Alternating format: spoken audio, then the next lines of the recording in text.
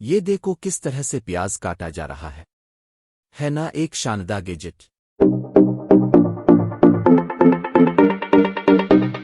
इस गैजेट से कैसे अखरोट आसानी से तोड़ा जा सकता है।